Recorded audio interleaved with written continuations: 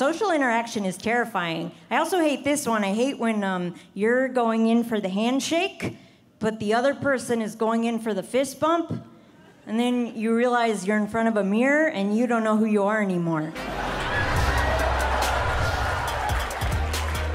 I don't have a lot of confidence in the way I dress. Like, I would describe my sense of style generally as before picture. I would say, though, the time of year that stresses me out the most fashion-wise is beach season. I hate beach season. Yeah, ladies, can I get a silence? Thank you. Thanks for jumping on board. I feel like as a female, you have to make that critical decision between the one-piece or the two-piece. Usually I go with the three-piece, which is just a men's business suit that I rock down to the water because it covers up my main problem area, which is being a woman.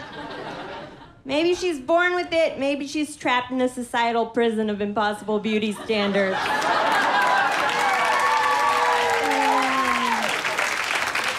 I've also been getting into the internet. I don't know if you guys have been.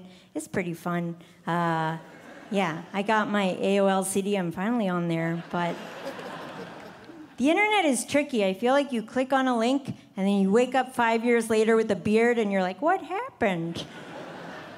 My latest Achilles heel on the internet is list articles. Listicles, I believe, is the time-saving term. I don't know if you guys are familiar with them, but the whole point, they're known as clickbait. Like, the whole point is just to get you to click on the link. They just want those hits.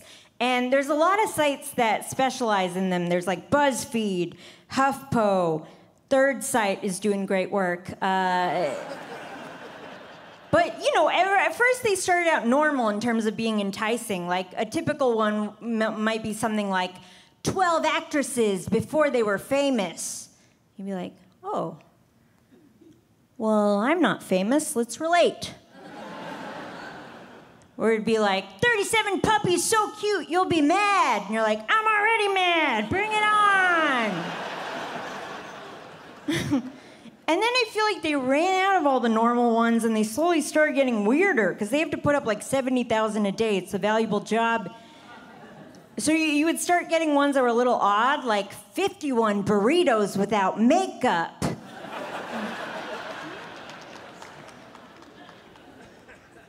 Guess there has to be some airbrushing involved. Or it'd be like 300 ways to prove you're real. Am I real? Better check 100 of those. I can't wait till they run out of all the weird ones and it just comes back full circle to mundane again. And it's just like, the 10 Commandments!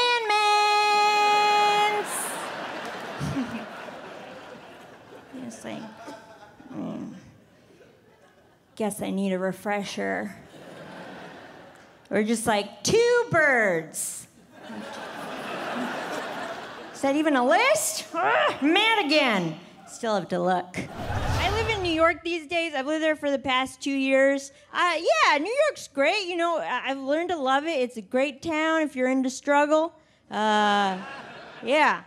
I was trying to explain to a friend what it's like to live there. To me, it feels like everyone in that city is just an involuntary contestant in a reality show called So You Think You Can Exist? And then every day you just leave your little box that you were assigned and the city just hurls experiences at your face. And it's just like, you gonna break today? What's gonna tip it? Is it gonna be the pigeon with the lazy eye? Or the homeless man who had to explain what a mortgage is to you? One thing I wasn't ready for when I moved there was New York is the fashion capital of the country, so there are always models walking around, which was kind of a bummer, just like feral models wandering the streets that no one warns you about. And they're always stepping out of buildings when you least expect it, just like ruining your day, just like, and you're like, no, I'm down here, you know? I don't have much. I don't know. Models to me feel like self-esteem pickpockets. Like, they're fine at a distance, but then you directly walk by one, and you're just like, no. I have nothing. Even my personality's the wrong shape. People talk about New York moments. I think there should be a separate category called New York breaking points. I had mine a couple months ago. I was walking in Manhattan. I just saw a loose muffin that had fallen on the sidewalk. And I just kicked it really hard. I was like, I didn't know that about myself. I didn't know I was a muffin kicker. Like, the top shot off in one direction, the body kept rolling. I was like, sick! Children, look away!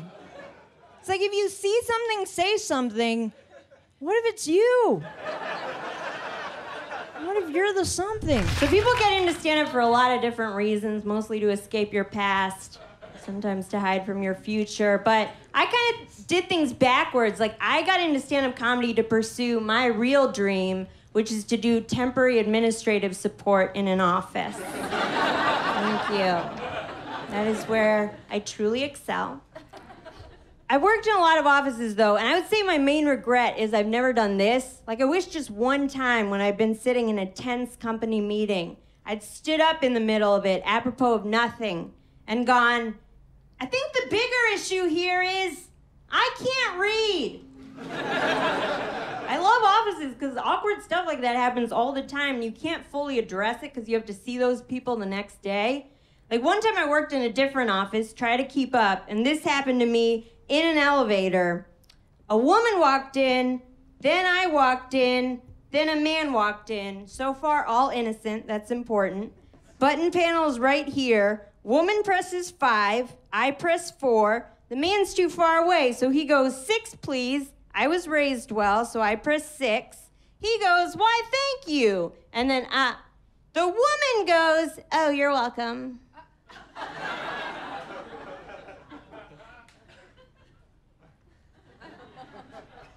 What?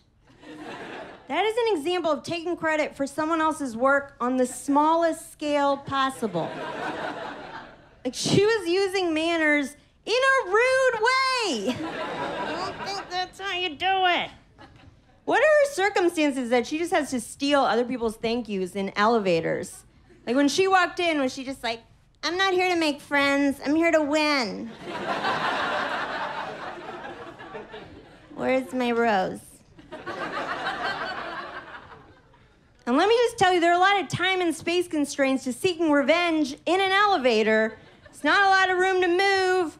We're on the clock, so I had to think fast, go straight to primal instinct survival modes. You can't judge me for what I did. I just looked her dead in the eyes, and I farted really loudly. I do take a healthy diet of pills, but they are prescribed. Though I would say, pills, they're a great anytime snack. They come through in that way. But no, I suffer from depression. It's a great way to start off a set, sorry to go blue right away, but it's true.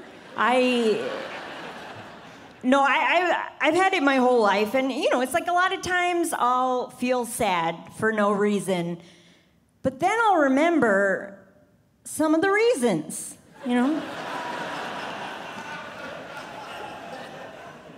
like, this actually makes a lot of sense. This adds up. There are certain types of weather that are better for depressives. Like, I love it when it rains. Reminds me why I got in the whole sad game, Keeps me grounded.